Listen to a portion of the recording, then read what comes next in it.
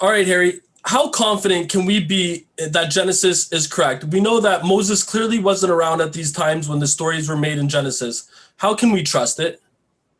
Yeah, that struggle has been part of my personal journey all my life. Like how much of this detail, how was that information passed down? 2,500 years, Adam and Eve were before Moses, and that just seems impossible that that information could have got passed down accurately. So is the story correct? But fortunately, what happened in my life is, well, in my journey, is that about 3 months ago or so, I was reading through the five books of Moses. And I noticed in Exodus 34, verse 27, where God said to Moses, write down.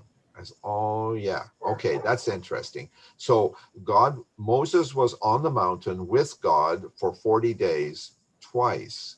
And and also he spent time with God at the tent of meeting, where he would go to the tent and God would meet with him. So Hmm. likely 100 different days that God visited with Moses. And if he was, and why would God do that? What was the importance of this? Well, it was really important to us today as Christians, as important to the Jewish people for all those years, to know that that story of Adam and Eve and the story of creation, the story of Noah, all those details are really, really, really important Are to you us. saying though that like we get this story from God Himself? Eh? Is that what Correct. it says in Exodus? It's because they had that conversation and were flowing together.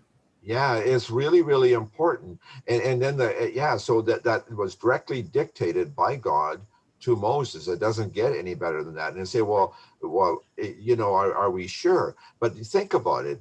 If the God of creation, if God can create the world and all the details and all the butterflies and all the things that we have today, all the beauty of creation, Hmm. and he can create that, can't he give us his information Well, also? 100%, because He's been there the whole time. Yeah, and all that detail. So we have that information, and Moses himself, he was raised in Egypt in the Wow. king's palace. So Mhm. he was the son, the adopted son to the daughter of the king. Which And made him being able to read, write, all these things that were required for God to pass the message down. So that's good. yeah, and all the detail. And but he was there for 40 years, so he would learn the military stuff. He would learn everything there was to know, even managing people, all those kind of things. Because at age 80, God called him and says, "Hey, you got to bring these people home." So Moses spent the next 40 years in the wilderness with these people and had to learn had to do the management.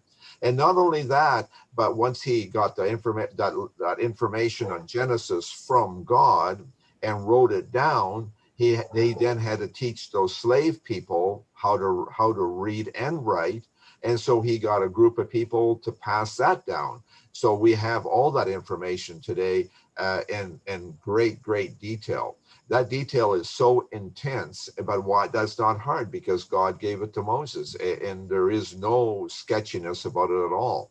And I never understood that before. That is, I've always Mhm. struggled with how would it get from A to B, and It's been made clear it came from God Himself. yeah, and I'm so glad to have that, and so glad to have confidence now in that. I struggle with the confidence part. I got every confidence in God and Jesus as far as today goes, but how could I be sure that that early stuff was really right? And I'm completely clear on it now.